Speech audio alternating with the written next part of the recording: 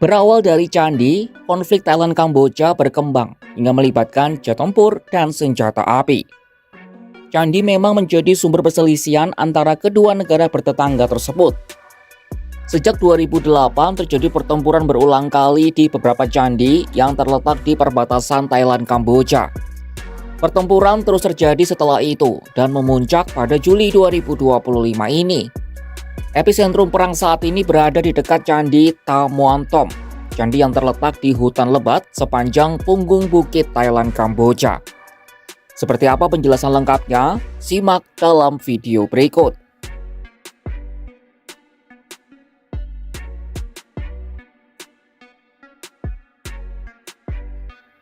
Selama puluhan tahun, candi era Kerajaan Sriwijaya telah menjadi sumber konflik dalam sengketa perbatasan antara Kamboja dan Thailand.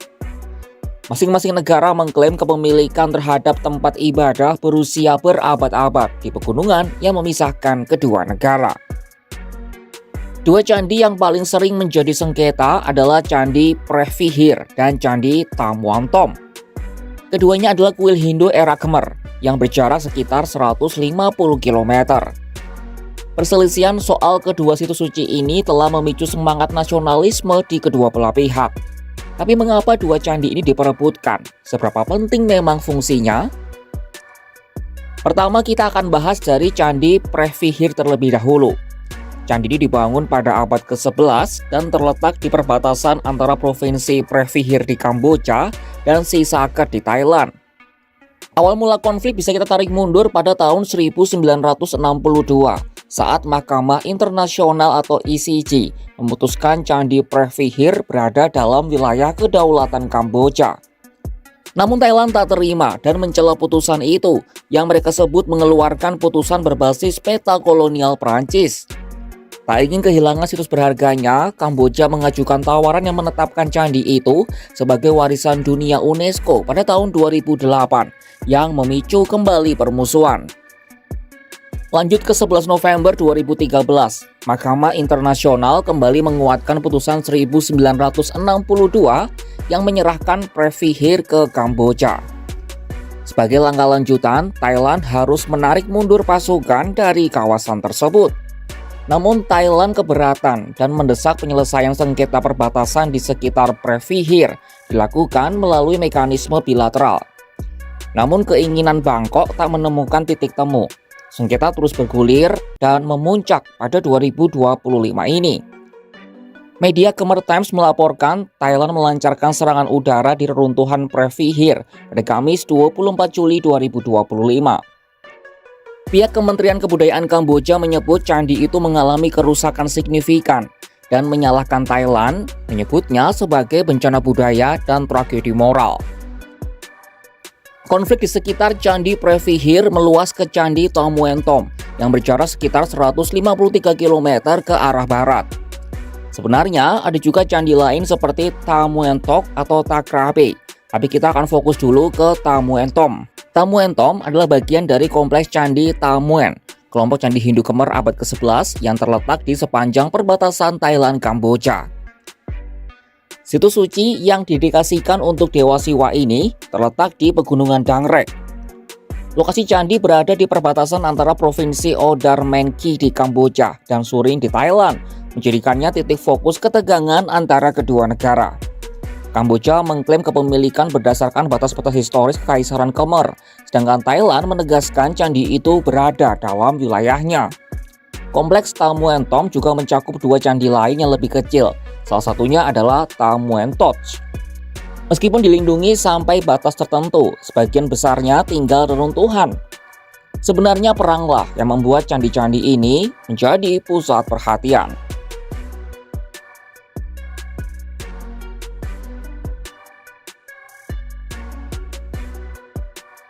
Dalam perkembangan terbaru, Thailand mengerahkan 6 jet tempur F-16 untuk menyerang Kamboja, menyusul eskalasi konflik di wilayah perbatasan.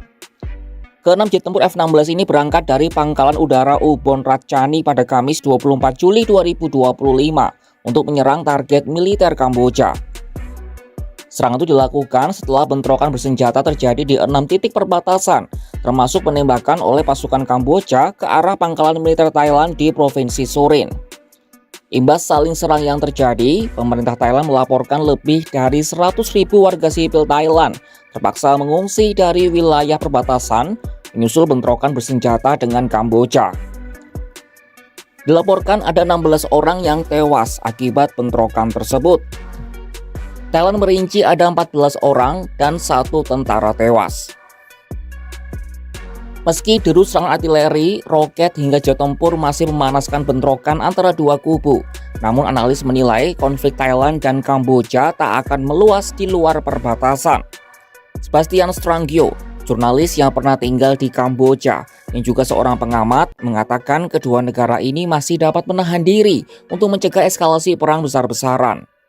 Meski begitu, Strangio tak menampik jika kondisi konflik keduanya cukup rapuh dan bisa saja memicu perang yang lebih besar.